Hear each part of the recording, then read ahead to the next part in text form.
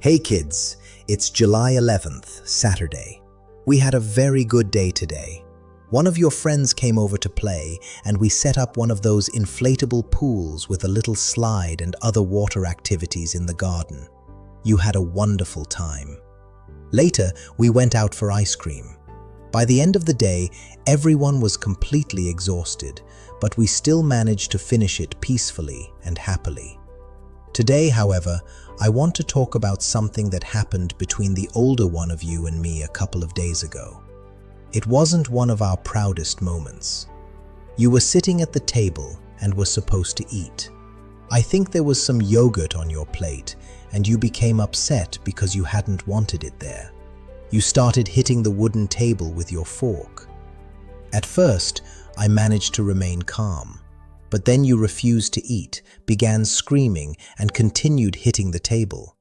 At the same time, you wanted to watch something on your tablet, although you weren't supposed to use it that day. So I took the tablet away. That made you even angrier. You pulled at my clothes, pinched me, and tried to hit me. But even in that moment, I noticed something important. You weren't truly trying to hurt me. You were angry and overwhelmed, but you were still controlling your strength. Somewhere inside that storm, part of you was still protecting me, and I was proud of you for that. Still, neither of us was showing the best version of ourselves. We were both upset. The situation eventually calmed down, and we went upstairs for our usual bedtime routine. Your mother took the younger one of you, and I stayed with you. I read you a bedtime story, and then we started talking. I've noticed something interesting about you. You rarely talk about your deepest emotions in the heat of the moment. When you're angry, frustrated, or overwhelmed, you usually cannot explain what is really happening inside you. But later, when everything becomes calm and you feel safe, you suddenly begin speaking about what truly mattered. Sometimes the words seem to come out of nowhere. You tell me what hurt you, what frightened you, what made you feel good, what you wish had happened differently. I think those are the moments when you feel safe enough to lower your defenses. And that evening, we had one of those precious conversations. I told you that moments like the one at the dinner table made me very sad. Not simply because you had become angry, not because you had disobeyed me, and not because you had pulled my clothes or tried to hit me. I was sad because I never enjoy seeing people who love each other hurt one another. Not with their hands, not with their words, not with coldness or anger. Whenever we have a difficult moment like that, I try to remind you of something. Love does not disappear because we are angry. Love does not become smaller because someone makes a mistake. Love is not a light switch that turns off whenever a relationship becomes difficult. It remains. I was just about to tell you this again. I began by saying, "You know what?" But before I could finish, you looked at me, smiled, and said, "You still love me, Daddy, right?" I said, "Of course I do."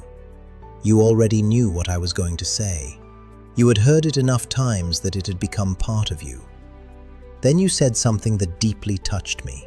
You said, "I love you too, Daddy, and it's the same for me. Whenever I say something bad or hit you, I regret it immediately. I feel bad afterward." That was such an important moment because it showed me how much you feel. Adults sometimes assume that when children scream, hit, or behave badly, it means they don't care. But often, the opposite is true.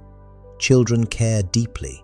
They simply haven't yet learned how to handle emotions that feel bigger than their bodies. Anger arrives, frustration takes over. The gator, as we called it in one of our previous talks, acts before the judge has time to enter the room. And to be honest, many adults haven't fully mastered this either. I certainly haven't. So this talk is not about never becoming angry. It isn't about never crying, shouting, or making a mistake. We are all works in progress. We will lose our patience. We will say things we wish we hadn't said. We will sometimes hurt exactly the people we most want to protect. The real question is not whether we will ever make mistakes. We will. The question is, what do we do afterward? Do we remain angry because our pride refuses to soften? Do we pretend nothing happened? Do we wait for the other person to make the first move? Do we allow one difficult moment to create distance between us? Or do we return? Do we sit down? Do we listen? Do we apologize when necessary? Do we forgive? Do we hug? Do we try again? That evening, you and I made a small promise. We agreed that we would both try to be gentler with each other. Not only you, me too. Because being your father does not mean I am always right. It does not mean I never lose my temper. It does not mean I have finished learning. And it certainly does not give me permission to behave however I want simply because I am the adult. I have more responsibility, not fewer rules.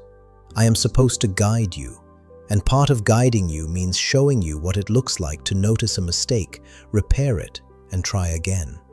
These talks are helping me with that. I've mentioned this before, but when I hear myself speaking about patience, kindness, discipline, and self-control, I also hear the standard I'm asking myself to live by. Sometimes I succeed, sometimes I don't. But I hope I'm becoming a little better over time. One thing I hope you always remember is this: the strongest families are not the families that never argue. The strongest marriages are not the marriages without disagreement. The strongest friendships are not the friendships in which nobody ever disappoints anyone. Strong relationships are the ones that know how to repair. They know how to return after drifting apart. They know how to say, "I'm sorry. I understand. I should have handled that differently. I forgive you. I still love you." Those words can repair things that anger never could. Of course, saying sorry alone is not enough if the same hurtful behavior continues forever. Repair also requires effort. It means listening carefully, taking responsibility, changing something when change is needed, respecting boundaries, trying to behave differently the next time the situation appears. But no relationship will survive if every mistake is treated as permanent evidence that the person is bad or the love is gone. People need room to grow. Children need room to learn. Parents need room to improve. We all need the opportunity to return. One day you may have children of your own. Perhaps you won't. That will be your choice. But you will certainly have relationships that matter deeply to you. And one day, you may lose your patience with someone you love. They may also lose theirs with you. When that happens, remember this conversation.